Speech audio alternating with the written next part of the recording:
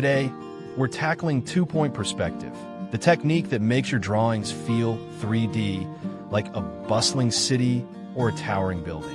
We'll learn it step by step with help from famous artists.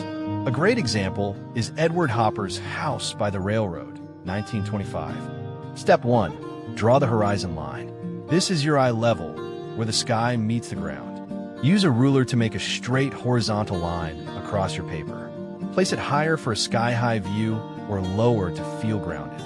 Check out how John Singer Sargent used horizon lines in his watercolor Gondolier's Siesta. It sets the stage for depth. 2. Add vanishing points.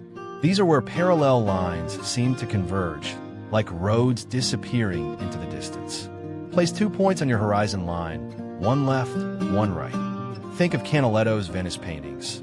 His buildings recede perfectly to vanishing points, creating that 3D magic. Notice that the vanishing points can go off the page. Step 3. Sketch the vertical edge.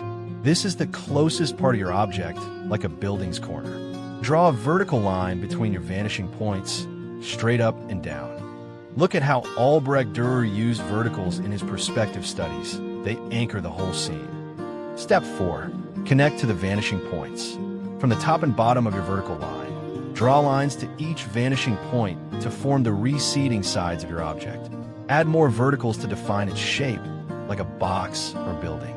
John Singer Sargent's perspective watercolor sketches show this perfectly. Simple lines, big impact. Step 5. Refine and add details.